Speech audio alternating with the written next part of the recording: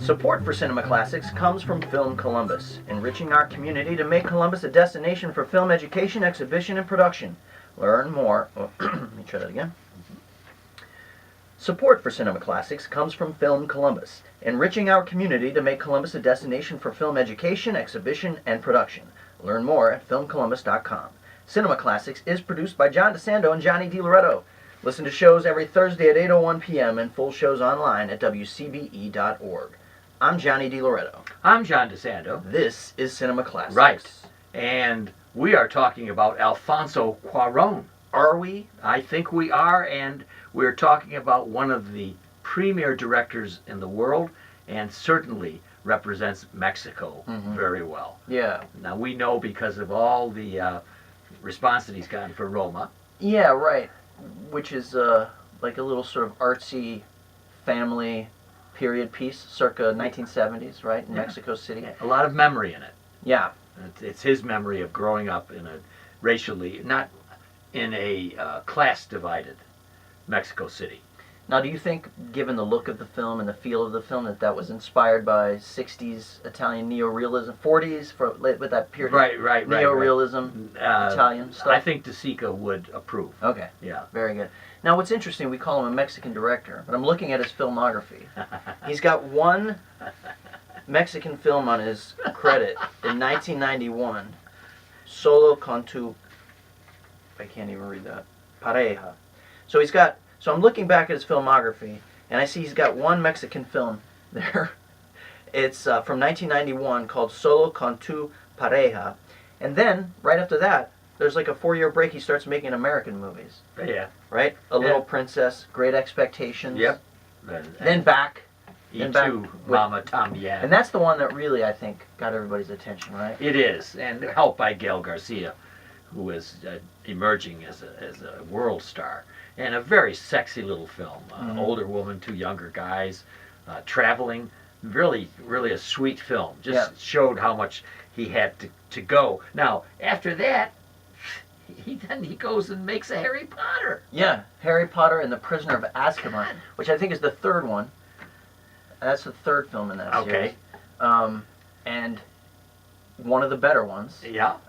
It's interesting, you know, so few directors like that anywhere can bounce back and forth between these smaller, more intimate portraits of humanity and then do some big budget action, you know, effects spectacle. Yeah. I remember back in Michael Curtiz.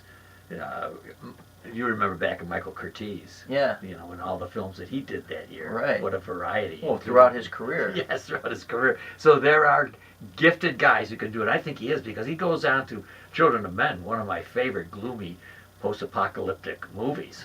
I'm not a fan of that movie. Well, but I know a lot of people are, though, and there is some really interesting texture to it. That's and right. He's fond of doing these like long takes, you know, but I feel like he's cheating.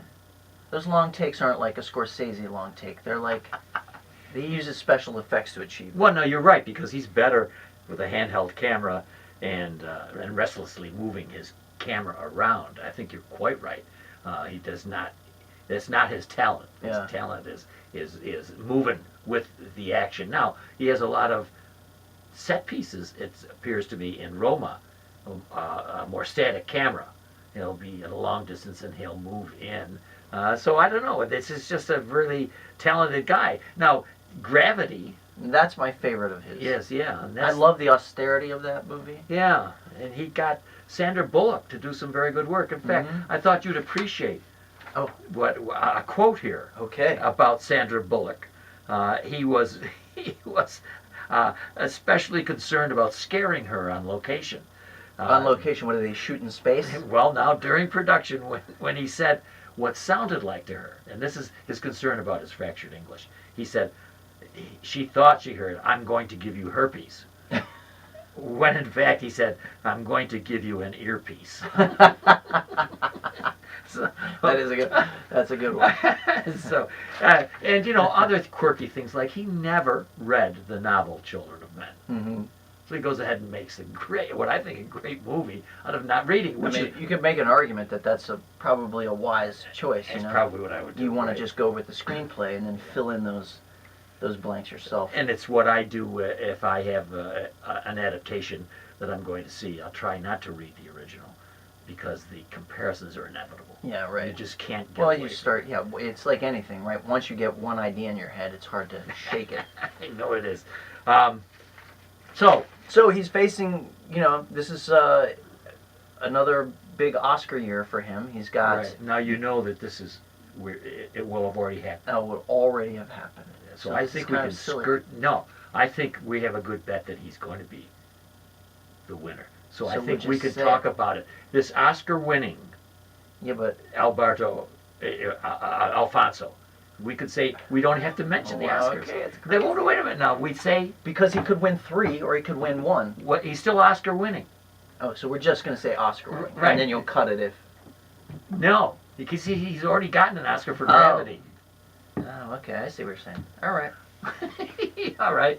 All right. What else do we have to say about Alfonso Cuaron? I don't know. I'm curious, I guess...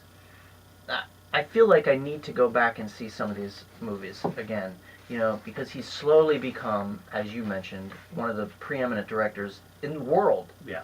And I'm wondering what I'm missing, because I've seen a lot of these movies, and I just feel like there's a connection for me missing. Okay. They don't always come together. Like I said, Gravity is my favorite of his movies, mostly because I think it's so simple and austere that he can really sort of focus on the human drama there. And that's a good point, because when you think about Del Toro and The Shape of Water and when you think about some of the more imaginative Mexican films by other directors, you're quite right in its simplicity, sometimes starkness. Mm-hmm. I believe in the case of Roma, for instance, he lards it with an awful lot of literary kind of stuff.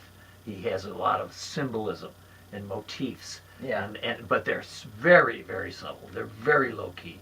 So it's a different kind of director who seems to me to be very competent.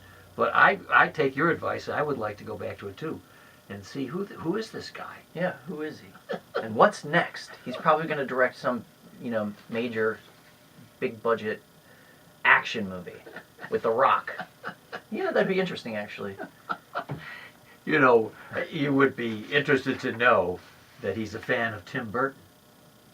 Why am I interested to know that? Just because Tim Burton is so much more complex in the sense of his visuals.